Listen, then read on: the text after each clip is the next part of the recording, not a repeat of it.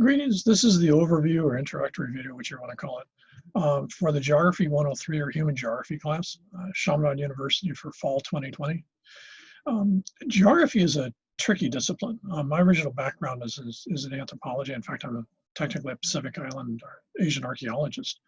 But I went into geography for my doctoral program simply because geography, one of the main aspects of geography is looking at people's perception of the world around them.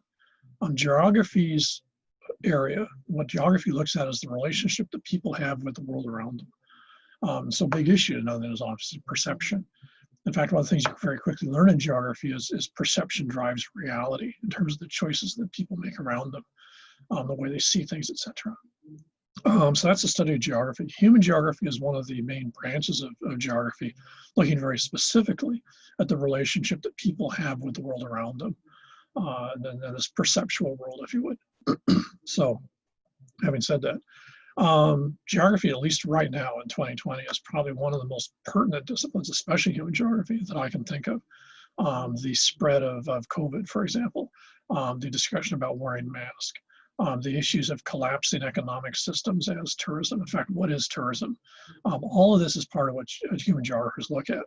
I find it really depressing that you find very little attempt by the media, whichever form, to actually engage geographers in that discussion. Though I found, weirdly enough, is because my background originally is archaeology. Archaeologists, weirdly enough, since we deal with dead things, tend to be actually pretty good at presenting what it is they do to the public. There's this famous series in England called Time Team. You always see archaeology in History or Discovery Channel. There's always spiffily dressed people romping around who call themselves archaeologists doing stuff. I don't think I've ever seen a series on geography. And to be honest, from the geographers I know, most of them have absolutely, very limited public relations skills. Their geographers are really bad at being able to present what it is they do to make the public interested. I'm not sure what that's about. It's originally coming from a different discipline.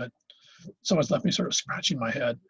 But geography, especially human geography, and in the world we live in right now, is probably, I would say, one of the 2 or 3 most important things to get a grasp of, because it helps you to understand not only what's going on, but make predictions for both the collective future and also your individual futures. I think in ways that other disciplines just don't give you that insight. So obviously, I think the class is relevant. I also think it's really useful. Having said that, since we're looking at people and the way we view the world around us, it covers a huge amount of material. Everything's from economic systems to political systems to perceptions of stereotypes. You name it, it's part of geography. Maybe that's why geographers are particularly good at PRing themselves or presenting themselves. I don't know. If you look at YouTube, you find very few geographers who have videos on YouTube, and most of those things are really bad. This is one of the few classes I teach that I can't really recommend YouTube videos as a source of information, because most of the stuff out there is pretty seriously sad. So go figure. Anyways, so this course is looking at that particular stuff. Let's take a look at the syllabus. Okay. The text we've got, there's a ton of intro text. And again, I don't know what this is all about, but it was a huge shock coming from archaeology that most of the geography texts are seriously expensive. They're like up there with biotext and stuff like that, 100, 150 bucks. And I have no idea what that's about. Having said that, the short one that you've got listed here that I want you guys to get is by far one of the easiest to read. It's fairly succinct, and it's the cheapest I could find. You're gonna need a text simply because we're going through so much material. We can't, in the time we've got during the class periods, etc., cover all that, and it's sort of redundant to go over stuff again and again and again. It's easier for me to hit what I think are the important parts, and then you have a sort of a reference. Think of the text as a reference material that you go back and explain some other aspects to it that I didn't have the time or you didn't understand enough to ask the question at the time. So the think of the text in that regard. In terms of how we do stuff, one of the things that you're going to have to remember is that, and especially as we get into, it just dawned on me that normally I don't talk about things like disease vectors and stuff till we get in later, but I might actually jump that to the beginning of the semester just because it's about as relevant as you can get. I don't know, I'll think about that. This is late July, so I have no idea what we're going to be doing in August. But anyways, it's pretty clear that we're going to have classes that are goofy. There's absolutely no way that I can see that we can have most of our classes in classrooms as the only way to do stuff. Simply because for many of the classes, they won't physically fit in the classroom when you have people 6 feet apart. So therefore, on the other hand, one of the huge advantages to have classic sit-down classes is that people can ask questions, people can interact with each other.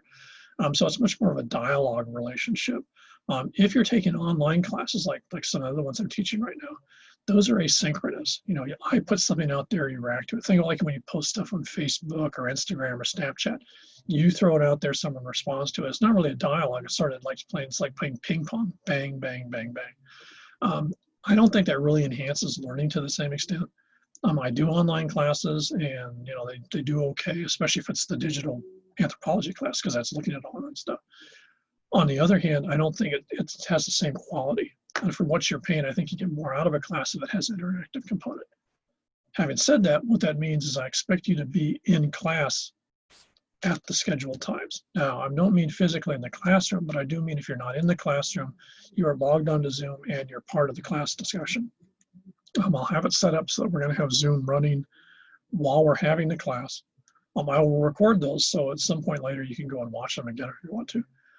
But I expect everyone in the class to actually be, you know, digitally, if not physically, in the classroom when we're having class. And I think that's a huge part of what you deserve and what you get out of, you know, university. Otherwise, you know, you can just go to, you know, online, say ASU or something. So I think for what you want, you're going to get more out of your, much more bang for your buck.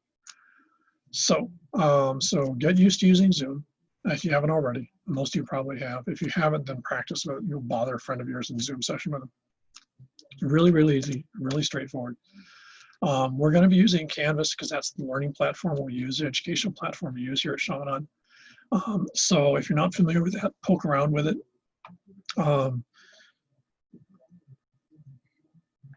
My understanding is I've been trying to push for them to give you access to the course materials earlier, but they keep on telling me you can't till the semester actually starts. And again, don't ask me, I have nothing to do with that. I have no clue what that's about.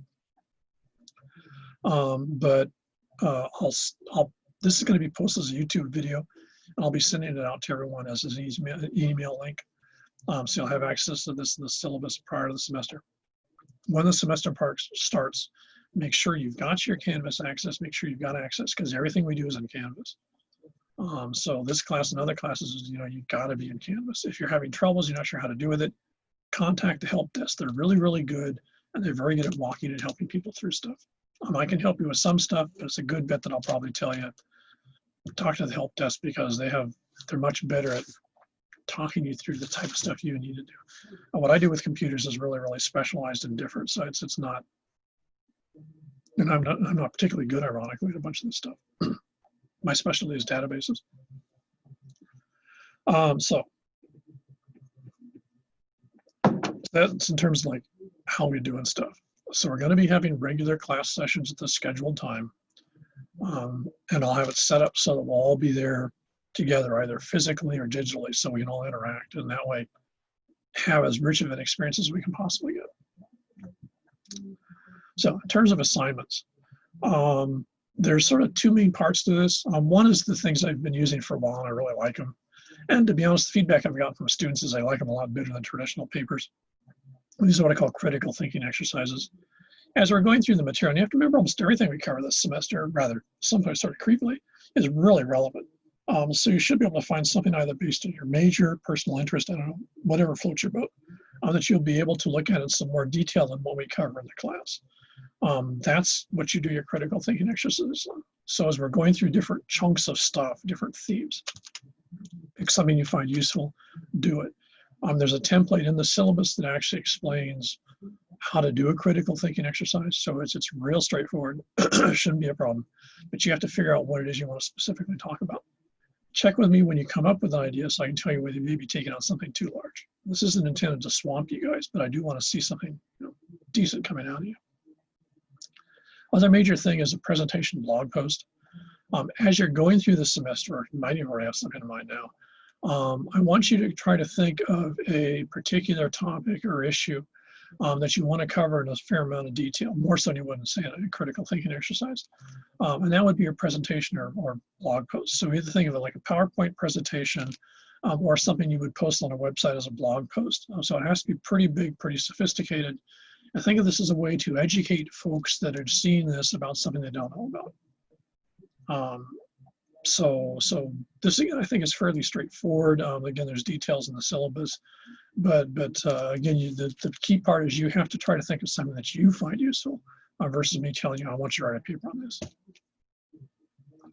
There's a number of videos in this class. Most of them I think you'll find really interesting. As you get the video links, there'll be a set of questions. I want you to react to the questions. Those are the reaction papers. You get graded on doing a reaction paper. You don't get graded on how long the answer is. So do them. You know, there's no two ways about it. It's just like, just get them done. That's pretty much it for the course material. Yeah, I'll have to think about it. I mean, the more I think about it, having the issue about disease vectors early would sort of make sense. It's about as uber relevant as you can get. So anyways, I'll let you know. So that's it for the intro. And we'll see you in 3 or 4 weeks, I guess.